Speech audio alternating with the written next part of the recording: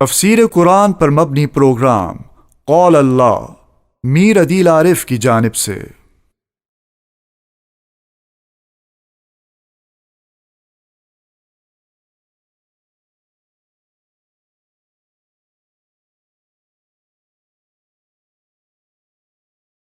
بسم اللہ الرحمن الرحیم۔ پروگرام قول اللہ میں آج انشاءاللہ ہم سورہ توبہ کا 14واں رکوع آیت نمبر 116 تک پڑھیں گے۔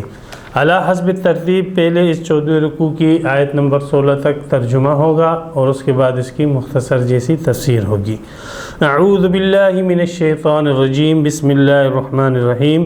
ان اللہ اشتری، بے شک اللہ نے خرید لیا، من المؤمنین، ایمان والوں سے، انفسہم، ان کی جانوں کو، واموالہم، اور ان کے مالوں کو، بِأَنَّ، بعوض اس کے، لہم الجنہ، کہ ان ایمان والوں کے لیے جنت ہے۔ جنت کے عوض اللہ نے ان کے جانوں کو اور ان کی مالوں کو خرید لیا۔ یقاتلون فی سبیل اللہ، وہ لڑتے ہیں اللہ کے راستے میں، فیقتلون، پس قتل کرتے ہیں، ویقتلون، اور قتل ہو جاتے ہیں۔ وعداً علیہ، وعدہ ہے اللہ کے ذمہ، حقاً، سچا پکا، فی التوراتی، تورات میں، والانجیلی، اور انجیل میں، والقرآنی، اور قرآن میں۔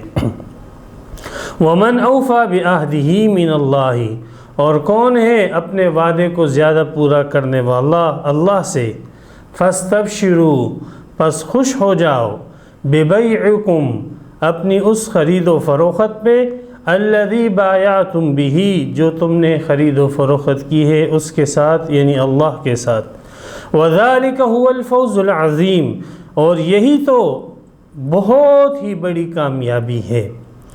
التائبون، توبہ کرنے والے مرد، العابدون، عبادت کرنے والے، الحامدون، اللہ کی تعریفیں کرنے والے، السائحون، بے تعلق رہنے والے یا سیاحت کرنے والے، الراکعون، رکوع کرنے والے، الساجدون، سجدہ کرنے والے، الآمرون بالمعروف، نیکیوں کا حکم کرنے والے، والناہون عن المنکر، اور برائیوں سے منع کرنے والے، والحافظون لحدود اللہ، اور اللہ کی حدود کی حفاظت کرنے والے۔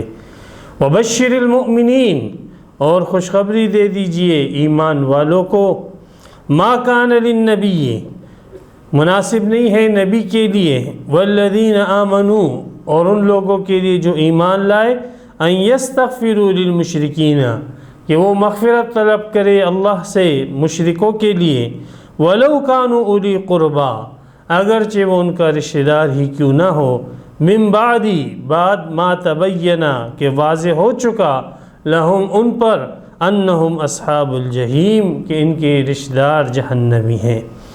وما کان استغفار ابراہیم لابیہ، اور ابراہیم کا استغفار کرنا اپنے والد کے لیے نہ تھا، الا عن موعدۃ، مگر ایک وعدے کی وجہ سے، وعدہا ایاہ، جو وعدہ اس نے اس کے ساتھ کیا، یعنی ابراہیم علیہ السلام نے اپنے والد کے ساتھ کیا، یا اس کے والد نے ابراہیم کے ساتھ کیا، اس نے اس کے ساتھ وعدہ کیا۔ فلما تبین لہ، جب واضح ہو گیا اس پر، ابراہیم پر، انہ عدو للہ، کہ اس کا والد اللہ کا دشمن ہے، تبرأ منہ، تو اس نے اس سے بیزاری کی۔ ان ابراہیم، بے شک ابراہیم، لأواہ، البتہ بہت زیادہ تضرع اور عاجزی کرنے والے ہیں، حلیم، بردبار ہیں۔ وما کان اللہ لیضل قوما، اور نہیں ہے اللہ تعالیٰ کسی قوم کو گمراہ کرنے والے، بعد اذ ہداہم، بعد اس کے کہ ان کو ہدایت دے چکے، حتی یبین لہم، حتیٰ کہ واضح کر دے ان کے سامنے، ما یتقون، وہ چیزیں جن سے انہیں بچنا ہے۔ ان اللہ بکل شیء علیم، بے شک اللہ ہر چیز کو جانتے ہیں۔ ان اللہ لہ ملک السماوات والارض، بے شک اللہ ہی کے لیے ہے آسمانوں کی بادشاہت اور زمین کی بادشاہت۔ یحیی و یمیت، وہی زندہ کرتا ہے اور وہی موت دیتا ہے۔ وما لکم من دون اللہ، اور نہیں ہے تمہارے لیے اللہ کے ماں سوا من ولی، نہ کوئی ولی ولا نصیر، اور نہ کوئی مددگار۔ یہاں پر سورہ توبہ کی 116 آیتیں پوری ہوئی 14ویں رکوع کی۔ باقی جو آیات ہے وہ انشاءاللہ اگلے رکوع کے ساتھ ہم ملائیں گے۔ ان اللہ اشترى من المؤمنین انفسهم واموالهم۔ سورہ توبہ میں ایک اسلامی مرکز اور اسلامی حکومت اور اسلامی سلطنت اور خلافت کی نہج بتائی جا رہی تھی کہ کس نہج پر ایک اسلامی حکومت کو استوار کیا جائے گا اور بنایا جائے گا، اور وہاں پہ رہنے والے لوگوں کے ساتھ جو ہے کیا برتاؤ اور معاملہ کیا جائے گا۔ اس اسلامی حکومت کی بنیاد اور اس اسلامی حکومت کی چابی اور اس اسلامی حکومت کا جو ڈھانچہ کھڑا ہے وہ جہاد فی سبیل اللہ پر کھڑا ہے۔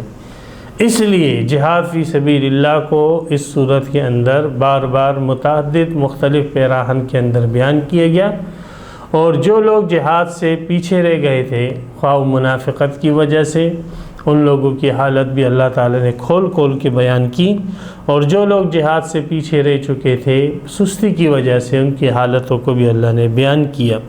جنہوں نے خود اپنے لیے سزائے تجویز کی ان کو بھی بیان کیا، اور جنہوں نے کوئی سزا تجویز نہ کی ان کا بھی ذکر آئندہ آنے والا ہے۔ ان آیتوں میں اور اس رکوع میں اللہ سبحانہ و تعالیٰ نے اہل ایمان کو اور اسلامی سلطنت اور اسلامی حکومت میں رہنے والے مسلمانوں کو یہ بتلا دیا کہ تم جس حکومت میں اور جس سلطنت میں رہتے ہو، تو یہ سلطنت اور اس حکومت کے اندر تمہارا رہنا اصل میں ایک معاہدہ اور ایک سودا ہے۔ ایک معاہدہ ہے جو تم رب ذوالمنن کے ساتھ، رب ذوالجلال کے ساتھ کر چکے ہو۔ وہ سودا یہ ہے کہ تم اپنی جان سے اور اپنے جان کے تمام متعلقات سے دستبردار ہو جاؤ گے، اور اپنے مال سے اور اپنے مال کے تمام متعلقات سے بھی دستبردار ہو جاؤ گے۔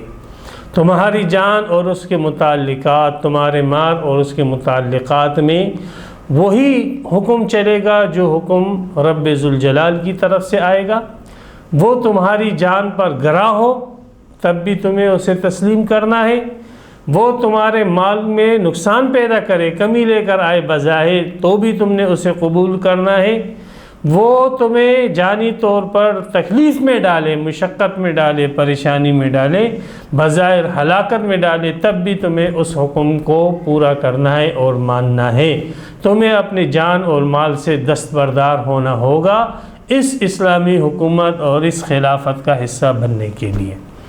تو یہ ایک معاہدہ ہے جو اللہ سبحانہ و تعالی نے اسلامی حکومت کے افراد کے ساتھ کیا، اور اس معاہدے کو اللہ سبحانہ و تعالی نے اس آیت میں تعبیر کیا ہے خرید و فروخت کے ساتھ۔ یہ اللہ سبحانہ و تعالی نے اس کو جو یہاں پر خرید و فروخت کے ساتھ تعبیر کیا، تو یہ اس معاملے کی پختگی بیان کرنی ہے کہ جیسے ایک آدمی کوئی چیز خرید لیتا ہے دنیا کے دستور کے مطابق، تو اور وہ اس کی پیمنٹ کر دیتا ہے، تو پوری دنیا کا قانون یہ کہتا ہے کہ یہ شخص اس چیز کا مالک ہے۔ اب وہ فروخت کرنے والا شخص اگر وہ چیز نہیں دیتا ہے تو بالاتفاق وہ ظالم ہے۔ تو اللہ سبحانہ و تعالی نے فرمایا کہ تمہارا یہ ذمہ اور اس تمہارے جان اور مال کو میرے حکموں کے سپرد کرنے کا جو عوض ہے وہ مجھ پر ایسے لازم ہو جائے گا جیسے جو ہے بیچنے والے کے اوپر اپنی بیچی ہوئی چیز جو ہے وہ حوالے کرنا لازم ہو جاتی ہے۔ اس معاملے کی پختگی بیان کرنے کے لیے اللہ سبحانہ و تعالی نے اس کو خرید و فروخت کے ساتھ تعبیر فرمایا۔ تو یہ ایک معاہدہ ہے، اپنی جان اپنی مال نہیں، یہ جان بھی اللہ کی، یہ مال بھی اللہ کا۔ اسلامی حکومت کے افراد کا یہ نظریہ اور یہ سوچ ہونی چاہیے کہ ہماری جان بھی نہیں، ہماری مال بھی نہیں۔ اب جن نیک لوگوں سے اور جن صلحاؤں سے یہ تسامح اور غلطی ہوئی تھی کہ انہوں نے جہاد میں جانے سے سستی برتی اور انہوں نے جہاد میں جانے سے جو ہے ٹال مٹول سے کام لیا اور پیچھے رہ گئے، تو انہوں نے اس معاہدے کی طرف ان کا دھیان نہیں تھا، ورنہ کہاں ان کی جان تھی، کہاں ان کا مال تھا؟ وہ جان بھی اللہ کی دی ہوئی، وہ مال بھی اللہ کا دیا ہوا، اور وہ جان اور مال اللہ تعالیٰ ان سے لے بھی چکے ہیں۔ تو یہ ایک اسلامی، یاد رکھیں، اسلامی حکومت اور خلافت میں رہنے والے افراد کے لیے ایک بنیادی دستور ہے کہ آپ کی جان اور آپ کے مال میں کوئی بھی ایسی چیز جو آپ کی چاہت ہو اور اللہ کی چاہت نہ ہو وہ آپ نافذ نہیں کر سکتے ہو۔ تو ان اللہ اشتری من المؤمنین، بے شک اللہ نے خرید لیا ایمان والوں سے، انفسہم، ان کی جانوں کو بھی خرید لیا، واموالہم، اور ان کے مالوں کو بھی خرید لیا۔ جانوں میں سب چیزیں آ گئی، ان کی خواہشات، ان کے خیالات، ان کے عقائد، ان کی چاہتیں، ان کی پسند ناپسند، سب چیزیں۔ بدلے میں کیا ملے گا؟ جب اس کو بے کا نام دیا جا رہا ہے تو اہل ایمان اپنی جان مال اللہ کے حوالے کر رہے ہیں، اللہ کے حکموں کے تابع کر رہے ہیں، تو اہل ایمان کو کیا ملے گا؟ تو فرمایا اہل ایمان کو جنت ملے گی۔ اس جان سے اچھی جان اللہ تعالیٰ دے گی اور اس مال سے اچھا مال اللہ تعالیٰ دے گی، یہ اللہ کا وعدہ ہے۔ اس جان سے جنت تعبیر ہے، اس مال سے اچھا مال، اس مکان سے اچھا مکان، اس وطن سے اچھا وطن، اس بال بچوں سے اچھے بال بچے، اس زندگی سے اچھی زندگی، اس راحت اور اس سہولت سے اچھی راحت اور سہولت کا وعدہ لفظ جنت کے ساتھ اللہ تعالیٰ نے تعبیر کیا ہے کہ جو چیز میں لے رہا ہوں اس سے کئی سینکڑوں گنا اچھی چیز میں تمہیں لوٹا کر دوں گا، جس کو جنت کے عنوان سے تعبیر کیا جاتا ہے۔ تو ایمان والوں سے جنت کے بدلے اللہ سبحانہ و تعالیٰ کی جان مال کو لے لیا۔ یقاتلون فی سبیل اللہ، اب یہ ایمان والے کرتے کیا ہیں؟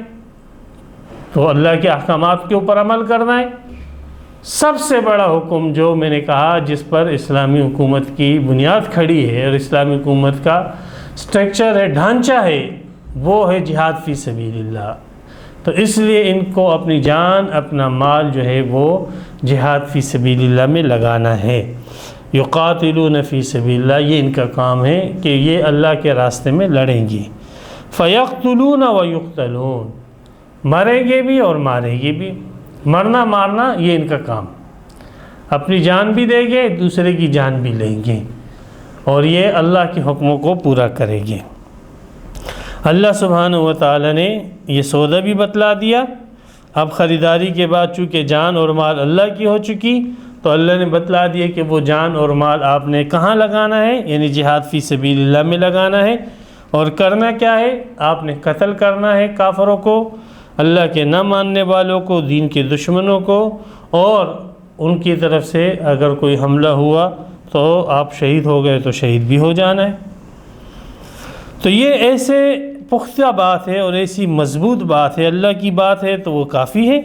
ومن اصدق من اللہ قیلا، لیکن اس کو اللہ سبحانہ و تعالی مزید پختہ فرما رہے ہیں، فرماتے ہیں وعدن علیہ، یہ اللہ کے ذمہ وعدہ ہے، وعدے کا لفظ لایا جو مزید اس کی پختگی بتلا رہے۔ پھر اعلیٰ لازم ہے اللہ پر، وعدہ جو لازم ہے اللہ پر، حقاً، پھر حق کا لفظ، ایسا وعدہ جو اللہ پر لازم ہے، پختہ، ٹھوس، یہ وعدہ اللہ کے اوپر لازم ہے کہ اللہ اس جان سے اچھی جان، اس زندگی سے اچھی زندگی آپ کو دے گا۔ یہ اللہ کے ذمہ یہ بات پکی ٹھکی لازم ہے۔ پھر تورات، اللہ نے یہ وعدہ جو کیا وہ اپنی تمام جو منزل کتاب ہے ان میں کیا۔ سردست جو مشہور کتابیں ہیں، تورات ہے، تورات جیسی کتاب میں اللہ نے یہ وعدہ کیا، انجیل جیسی کتاب میں کیا، قرآن جیسی کتاب میں اللہ نے یہ وعدہ کیا، تحریری طور پر دستاویز کی صورت میں بھی یہ وعدہ آ گیا اللہ کی مقدس کتابوں کے اندر بھی۔ وَمَنْ أَوْفَى بِعَهْدِهِ مِنَ اللَّهِ، اور اللہ سے وعدہ پورا کرنے میں کون بڑھنے والا ہے؟ تو یہ ہے نہیں، ہمارا ایمان ہے کہ اللہ سبحانہ و تعالی سب سے بڑھ کر ہے وعدہ پورا کرنے کے اندر۔ تو جب اتنا عظیم الشان آپ نے سودا کیا، یہ جان دے رہے ہو، یہ 5 فٹ کا 6 فٹ کا جسم دے رہے ہو جو مختلف مصائب عالم کے اندر مبتلا ہے، اور اس سے خوبصورت جسم لے رہے ہو، اس سے 60 فٹ کا لمبا تڑنگا جسم، صحت مند جسم، جس میں نہ کوئی بیماری آنی ہے، نہ کوئی آفت آنی ہے، نہ اس کو سر درد ہونا ہے، نہ اس کو غم ہونا ہے، نہ اس کو پریشانی ہونی ہے، نہ اس کے پیٹ میں درد ہے، نہ اس کو بلغم ہے، نہ اس کو جو ہے انسانی حاجات ہے، نہ پیشاب ہے، نہ کچھ ہے۔ ایسا جسم اللہ سبحانہ و تعالیٰ ڈول مضبوط خوبصورت جسم اللہ دے گا، اور ایسی اللہ سبحانہ و تعالیٰ تمہیں جگہ دے گا، سبحان اللہ، کہ دنیا کے اندر اس کی کوئی نظیر ہی نہیں ملتی۔ جب اتنا عظیم الشان سودا تم نے کر لیا ہے، اور جس سے سودا کیا ہے وہ سودے میں ہیرا پھیری کرنے والا نہیں ہے، اور اس نے یہ سودے کے متعلق دستاویز بھی لکھ دی، تو فاستبشروا، یہ ہے خوشی کا مقام۔ اب تو خوشی کے شادمیانے بجاؤ، یہ ہے خوش ہونے کی جگہ۔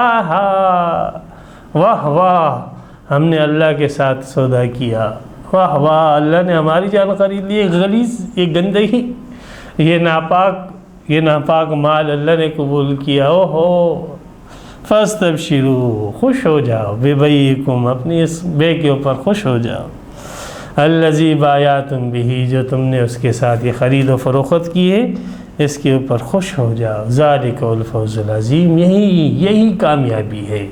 جھوٹ کہتے ہیں جو کہتے ہیں کامیابی اس ڈگریوں کے اندر ہے، جھوٹ کہتے ہیں جو کہتے ہیں کامیابی عہدوں کے اندر ہے، جھوٹ اور دروغ گو ہے جو کہتے ہیں کامیابی منصب کے اندر ہے، مال کے اندر ہے، کذاب ہے، جھوٹے ہیں، کامیابی ان کے اندر نہیں ہے۔ کامیابی اس میں ہے کہ تیری جان اور تیرے مال پر اللہ کا حکم نافذ ہو، یہی بہت بڑی کامیابی ہے۔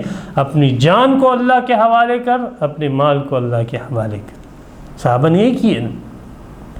بیت عقبہ میں جب رسول پاک صلی اللہ علیہ وسلم مکہ میں تھے، مدینہ میں سے پہلی بیت کے موقع پر 6 افراد آئے، دوسری پہ 12 افراد آئے اگلے سال، اس سے اگلے 70 کے قریب افراد آئے۔ بیت کی رسول پاک صلی اللہ علیہ وسلم کے ہاتھ پر۔ مدینہ میں ایک مرکز بن رہا تھا، اسلام کا ایک مرکز بن رہا تھا۔ عبداللہ ابن رواحہ نے سوال کیا، اللہ کے رسول، آپ اپنے لیے کوئی شرطیں رکھنا چاہتے ہیں تو رکھیں، اپنے رب کے لیے کوئی شرطیں بتلانا چاہتے ہیں تو بتلائیں۔ آپ علیہ السلام نے فرمایا، میں بیت لیتا ہوں اس شرط پر کہ تم خالص ایک اللہ ہی کی عبادت کرو گے، اس کے علاوہ کسی کی عبادت نہیں کرو گے، اسی کے احکامات کو مانو گے، اس کے علاوہ کسی کا حکم نہیں مانو گے، اسی کی اطاعت کرو گے، اس کے بھیجے ہوئے رسولوں کی اطاعت کرو گے، اس کے علاوہ کسی کی اطاعت نہ کرو گے، اسی کو اپنا مشکل کشا، حاجت روا، اپنی پریشانیاں دفع کرنے والا مانو گے، اس کے علاوہ اور کسی کو نہیں مانو گے، صرف ایک اللہ ہی کو اپنا کرتا دھرتا مانو گے، اس کے اوپر میں بیعت کرتا ہوں۔ دوسرا، اپنی جان میں جو مرکز ہوں اسلام کا، نبی، اس کی اپنی مال، اپنی اولاد اور اپنی جان کی سے بڑھ کر اور ان کی طرح جو ہے تم اس کی حفاظت کرو گے۔ مرکز اسلام کی یعنی نبی کی ایسی حفاظت کرو گے۔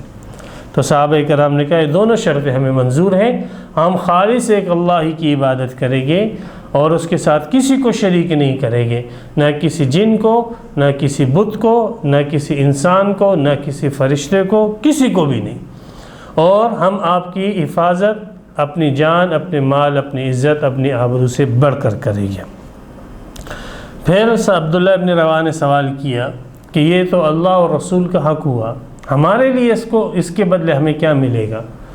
تو آپ علیہ السلام نے فرمایا تمہیں اس کے بدلے جنت ملے گی، ایک بہترین زندگی ملے گی، ایک دائمی ابدی زندگی ملے گی، ایک دائمی ابدی جسم ملے گا، ایک دائمی ابدی مال ملے گی، ایک دائمی ابدی اولاد ملے گی، ایک دائمی ابدی مکان ملے گی، ایک دائمی ابدی سرور کی محفلیں ملے گی، عیاشیوں کے محفلیں تمہیں ملے گی، جس کو جنت کا لفظ جمع کر دیتا ہے یہ تمہیں ملے گی۔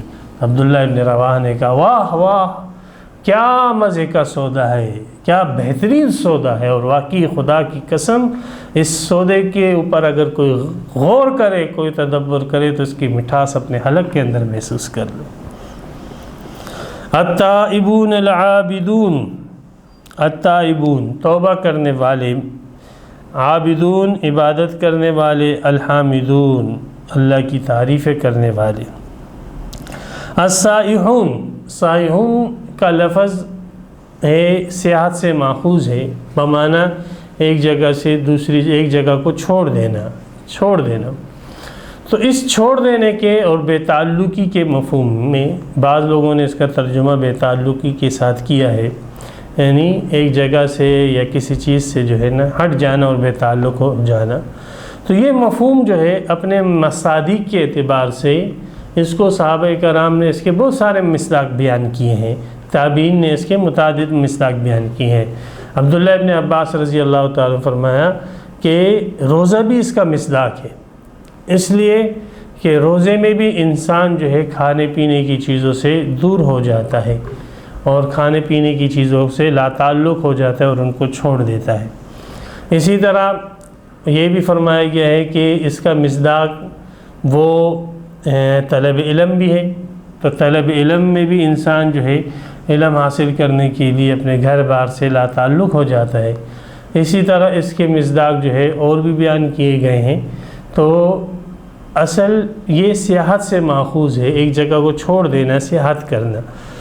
تو اللہ کے دین کے لیے سیاحت کرنا، مختلف علاقوں میں گھومنا پھرنا اور ترویج دین کے لیے، اشاعت دین کے لیے مختلف علاقوں کے اندر گھومنا پھرنا اور وہاں کے مسلمانوں کے حالات کا جائزہ لینا اور وہاں کے انسانوں کو دیکھنا اور اللہ کی آیات کے اندر غور و فکر کرنا، یہ بھی اہل ایمان کے ایمان میں بڑھوتری کا بہت بڑا ذریعہ ہے۔ سیاحت ایمان میں بڑھوتری کا بہت بڑا ذریعہ ہے۔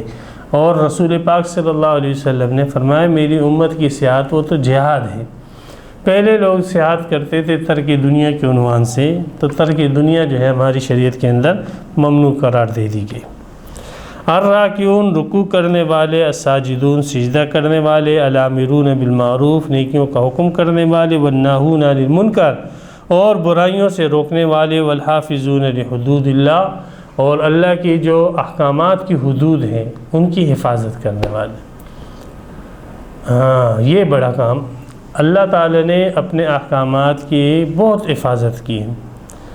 اب رمضان شروع ہوتا ہے تو آخری جو تاریخ ہے شعبان کی، جس میں شک ہوتا ہے، ہو سکتا ہے کہ 30 شعبان ہو سکتا ہے کہ یہ یکم رمضان ہو، یوم شک، اگر یوم شک ہے آخری 30 شعبان، فرمایا اس دن روزہ نہ رکھو۔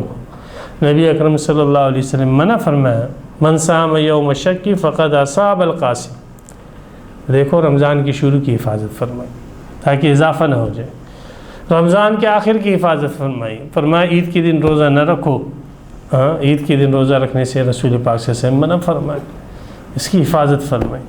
فرمایا چاند کو گنو، احسو حلال شعبان لرمضان، چاند کی گنتی کرو تاکہ عبادتیں تمہاری صحیح طریقے سے ادا ہو۔ اور اللہ تعالی نے جو حدود مقرر کی ہے، جو حدود بیان کی ہے، اس حدود میں اضافہ نہ ہو۔ اذان کہاں سے شروع ہو رہی ہے، کہاں ختم ہو رہی ہے، بس جہاں شروع ہو جہاں ختم ہو اللہ کے رسول نے بتلایا وہیں پر ٹھہر جاؤ۔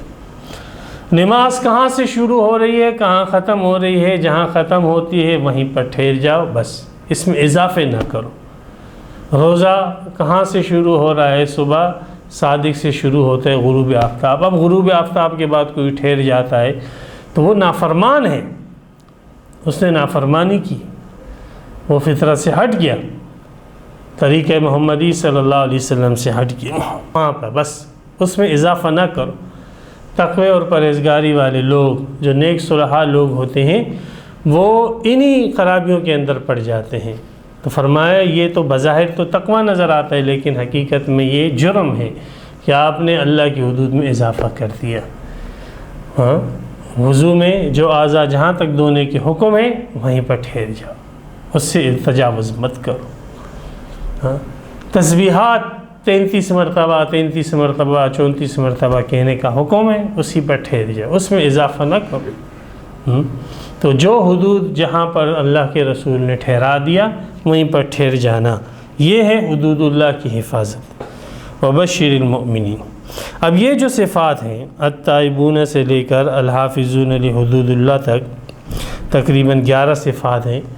تو یہ 11 صفات ان مجاہدین کی بھی ہو سکتی ہے کہ جنہوں نے اللہ کے پر جو ہے اپنی جان مال کو بیچ دیا، اب وہ جہاد فی سبیل اللہ میں قتل کرتے ہیں اور قتل ہوتے ہیں.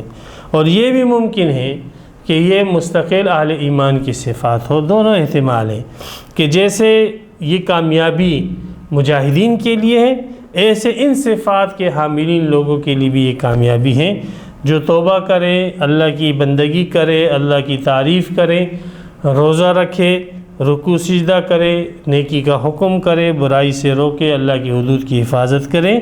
تو ان لوگوں کے لیے بھی یہی کامیابی ہے، ان کے لیے بھی یہی خوشخبری ہے. وبشر المؤمنین. تو ایسی صورت میں پھر یہ ایک مستقل صفات ہو جائے گی اور مستقل عنوان ہو جائے گا. دونوں احتمالات ہیں. ان کو مجاہدین کے ساتھ رکھنے میں اشارہ اس بات کی طرف ہے کہ مجاہد کی جان جو ہے، دنیا کے اندر لوگوں کو امیدیں ہوتی ہیں، میں کل زندہ رہوں گا، میں پرسوں زندہ، میں 1 سال تک زندہ، میں 10 سال تک زندہ رہوں گا. لیکن مجاہدین کی جان تو ہتھیلی پر ہوتی ہے. اس کو تو پتہ ہے کہیں سے بھی کوئی گولی آئے گی، کوئی بارود آئے گا، کہیں مائن کے اوپر میرا پاؤں پڑ جائے گا اور میں جو ہے دنیا کے اندر نہیں. ہر وقت اس کی جان ہتھیلی پر ہوتی ہے. تو ایسے مجاہد کو چاہیے کہ وہ ان صفات کے ساتھ آراستہ رہے، تاکہ جہاد فی سبیل اللہ کی صفت کے ساتھ جب یہ صفات جڑ جائے گی، توبہ کی، حمد کی، عبادت کی، روزے کی، رکوع اور سجدے کی، امر بالمعروف نہیں تو نور علی نور، نور علی نور کا سما ہوگا. ما کان للنبی والذین آمنوا، نبی کے لیے اور ایمان والوں کے لیے جائز نہیں ہے ان یستغفروا للمشرکین، کہ مشرکوں کے لیے اللہ سے مغفرت طلب کرے. مشرکوں کے لیے دعا کرنا اللہ تعالیٰ سے کہ یہ اللہ، یہ جو مشرک حالت شرک میں مر چکے ہیں ان کی مغفرت فرما، یہ جائز نہیں ہے. نبی کی شان نہیں ہے، ایمان والوں کی شان نہیں ہے. ان کی حالت کا تقاضا یہ ہے، ان کی ایمان کا تقاضا یہ ہے.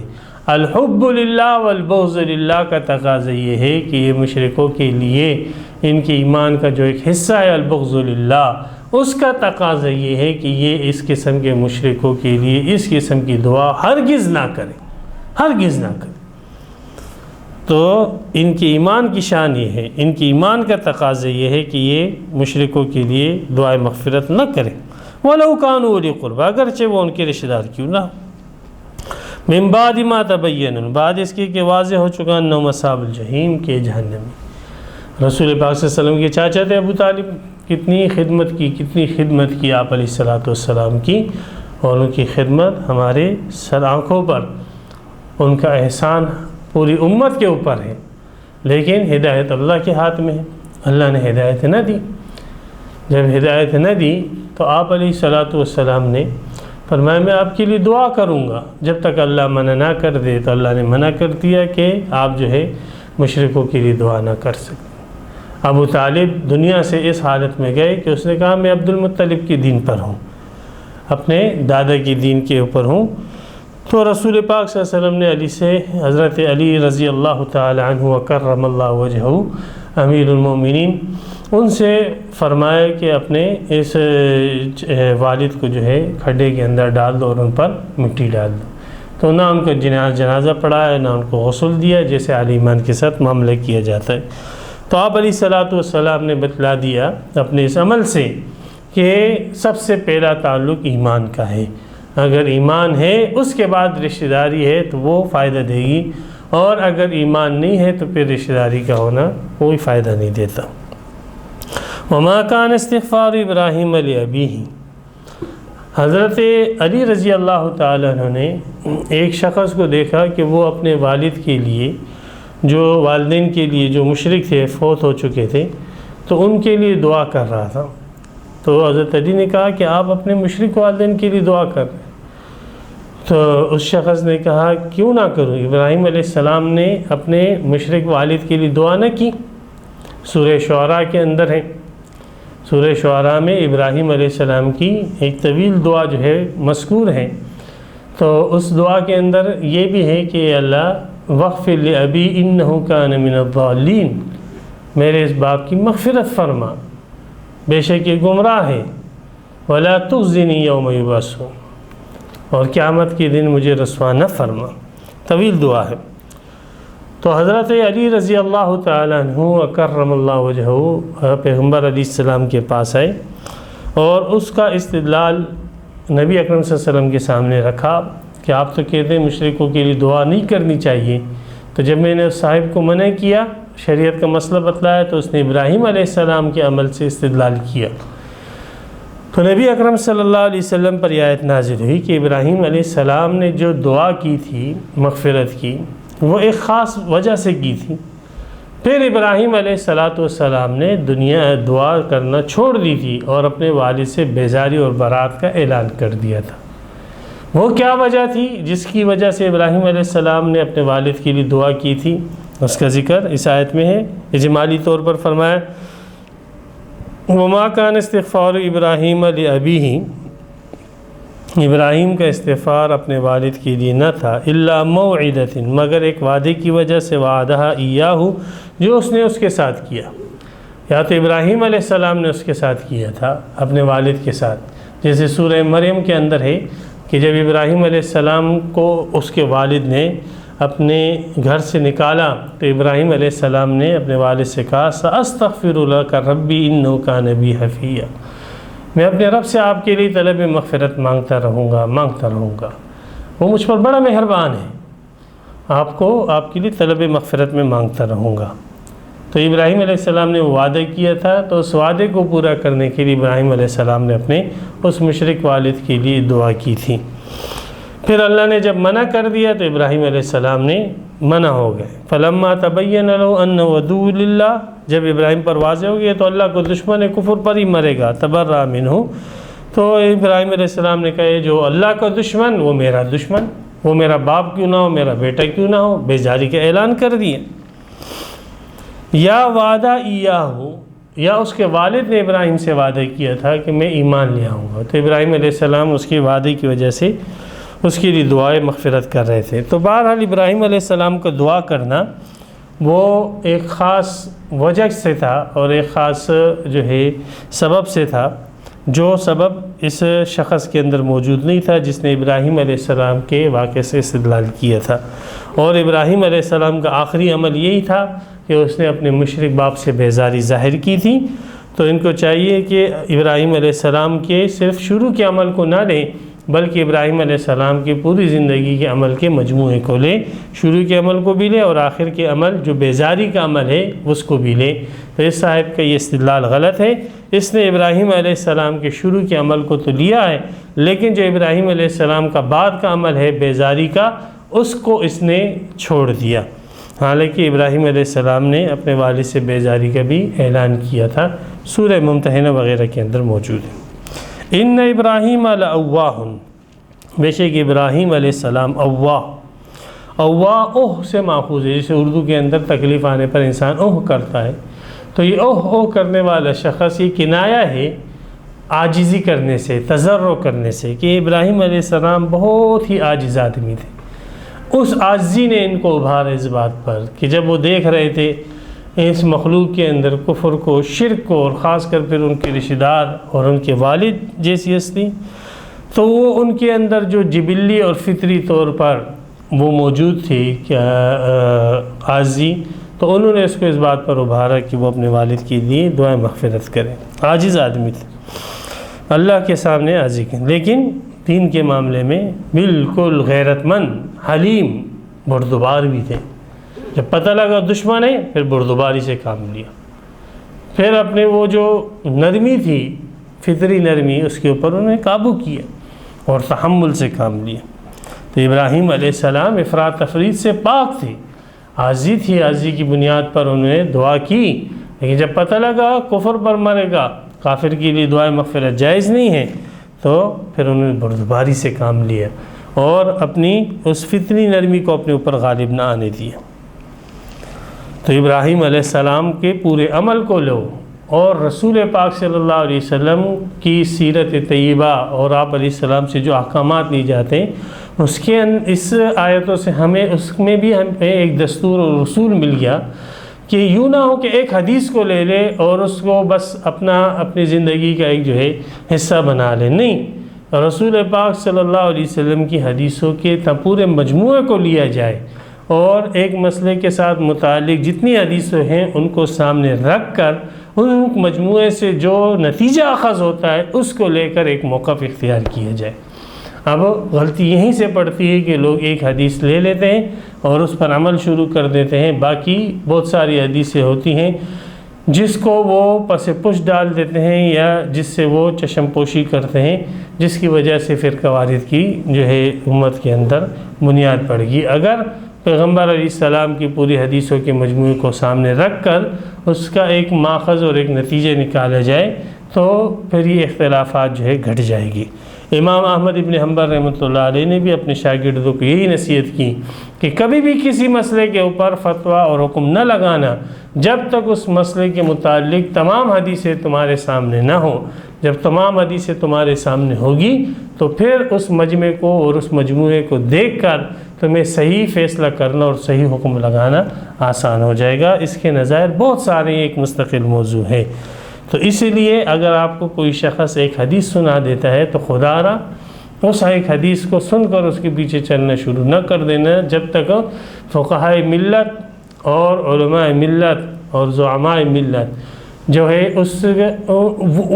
ان کی وہ رائے نہ ہو. اس لیے کہ فقہا جب ایک فیصلہ کرتے ہیں تو پوری حدیثوں کے اور قرآن کی آیتوں کے مجموعے کو سامنے رکھ کر صحابہ کرام کے عمل کو سامنے رکھ کر ایک فیصلہ کرتے ہیں. وما كان الله ليضل قوما بعد إذ هداهم، اللہ کسی قوم کو گمراہ نہیں کرتے ہدایت دینے کے بعد. حتى يبين لهم ما يتقون، حتیٰ کہ واضح نہ کر دیں ان کے سامنے ان چیزوں کو جن سے انہیں بچنا ہے.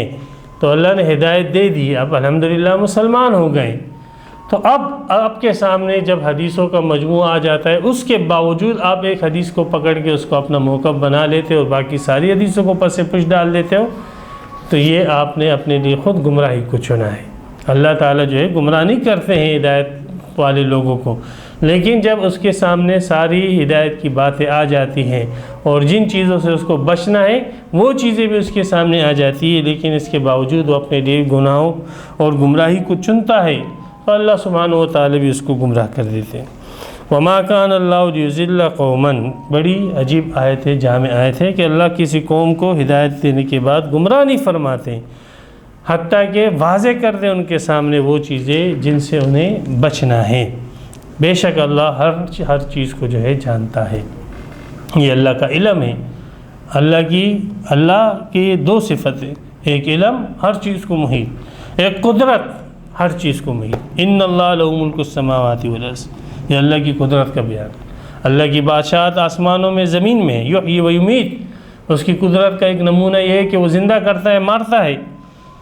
تو جب علم اس کے پاس اور قدرت اس کے پاس، یہ دو خدائی صفات ہیں، دو خدائی صفات. تو جس سے ذات کے اندر علم میں محیط ہو اور قدرت محیط ہو وہی آپ کا ولی، وہی آپ کا حمایتی، وہی آپ کا دستگیر بن سکتا ہے، وہی آپ کا مددگار بن سکتا ہے، وہی آپ کے مسائل حل کر سکتا ہے.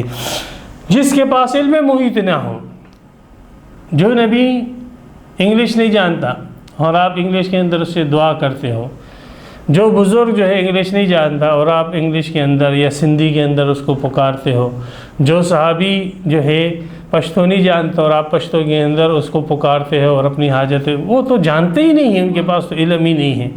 تو آپ کیسے اپنی حاجتیں ان کے سامنے بیان کرتے ہو؟ اپنی حاجتیں اس ذات کے سامنے بیان کرو کہ جس کو کائنات کی ہر زبان کا علم، جو زبانوں کا خالق ہے، جو زبانوں کا مالک ہے، جو کبھی سوتا نہیں، کبھی اسے نیند نہیں آتی، کبھی اسے اونگ نہیں آتی، جو دن کو بھی حاضر ہے، رات کو بھی حاضر ہے، جس کو جہاں سے پکارو وہ پکار کو سنتا ہے، جس زبان میں پکارو پکار کو سنتا ہے، دل سے پکارو، زبان سے پکارو، سوچ سے پکارو، حالت سے پکارو، وہ ہر پکار کو جانتا اور سنتا ہے.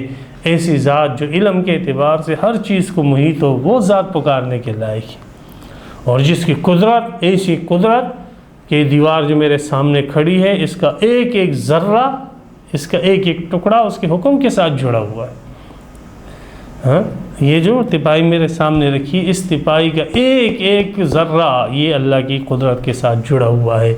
اللہ کی قدرت نے اس کو روک کے رکھا ہوا. یہ آسمان یہ اللہ کی قدرت کا کرشمہ اور اللہ کی قدرت کا نمونہ ہے کہ اللہ کی قدرت نے اس کو روکا ہوا ہے. یہ چاند، سورج، ستارے یہ سارے میرے رب کی قدرت کے نمونے ہیں. یہ انسان، یہ ہمارا بولنا، یہ میرا جسم، یہ سب اس کی قدرت کے نمونے ہیں. اللہ سبحانہ و تعالی علم کے اعتبار سے محیط، قدرت کے اعتبار سے محیط. تو ما لکم من دون اللہ من ولی ولا نصیر، تمہارے لیے اللہ کے سوا نہ کوئی حمایتی ہے نہ مددگار. مدد بھی اس سے مانگو اور اپنی حمایت کے لیے بھی اسی کو بلاؤ. وآخر دعوانا الحمدللہ. تفسیر قرآن پر مبنی پروگرام قول اللہ میر عدیل عارف کی جانب سے